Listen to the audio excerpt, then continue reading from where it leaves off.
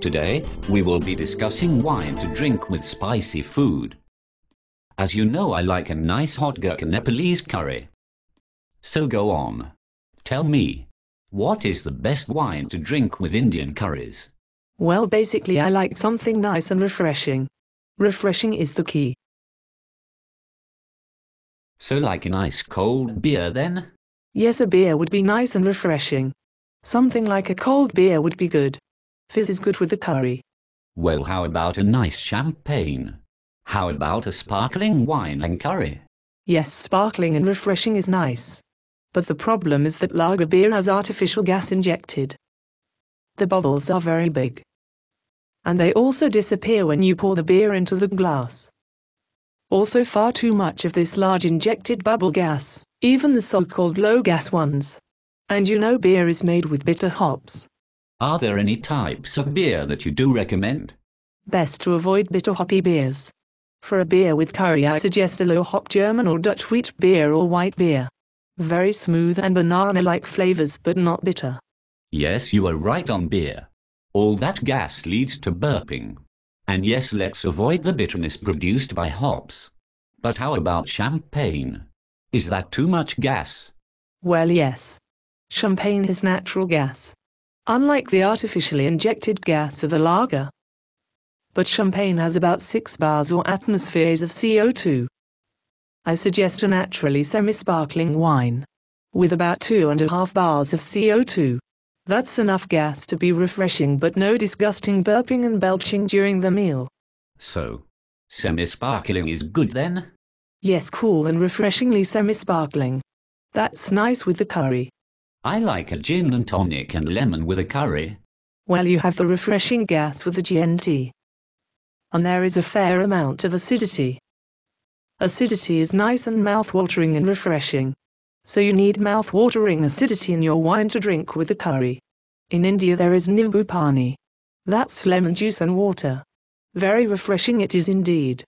I also sometimes like a big red wine with a curry. Does that make sense?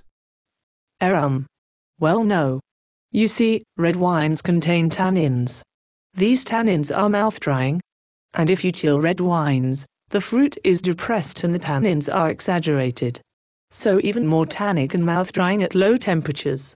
So I avoid red wines with the curry. Really? No red wines with a curry then?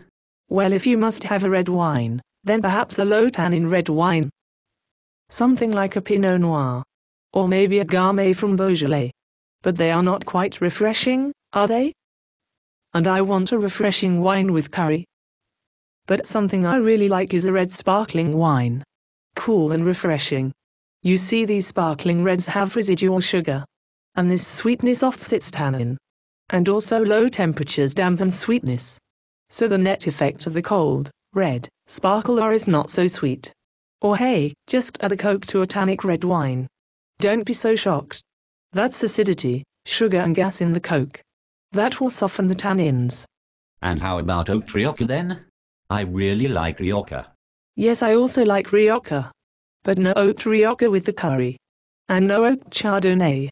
Oat clashes with spices such as cumin, coriander and ginger, giving a bitter and harsh aftertaste.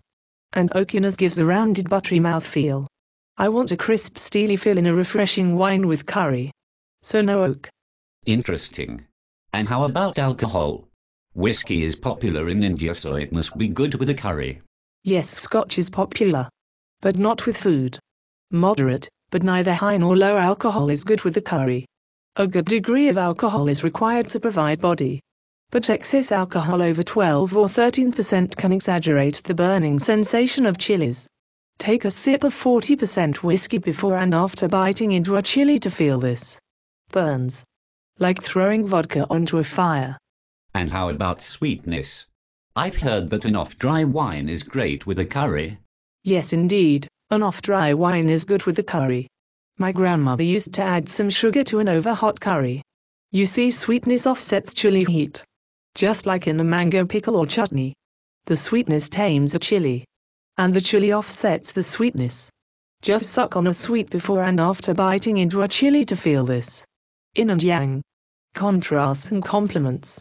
So what do we have? Refreshing wines that are lager or champagne cold, naturally semi-sparkling and not gas-injected like a lager. No mouth-watering tannin, with mouth-watering acidity. No oak, moderate but not low alcohol, and off-dry with a bit of sweetness to offset the chilly heat. Yes, that's it. A refreshing wine. Firstly, well chilled. Second, naturally semi-sparkling. Third, no tannin. Fourth, good acidity. Fifth, no oak. Sixth, moderate but not low alcohol. And seventh and finally, off-dry, a touch of sweetness to calm chilies. Many thanks. That was quite enlightening. So for a wine to drink with curries and spicy food, the best pairing is a cool, refreshing, naturally semi-sparkling, off-dry wine, and no tannic red wines, or burfy gas-injected lagers.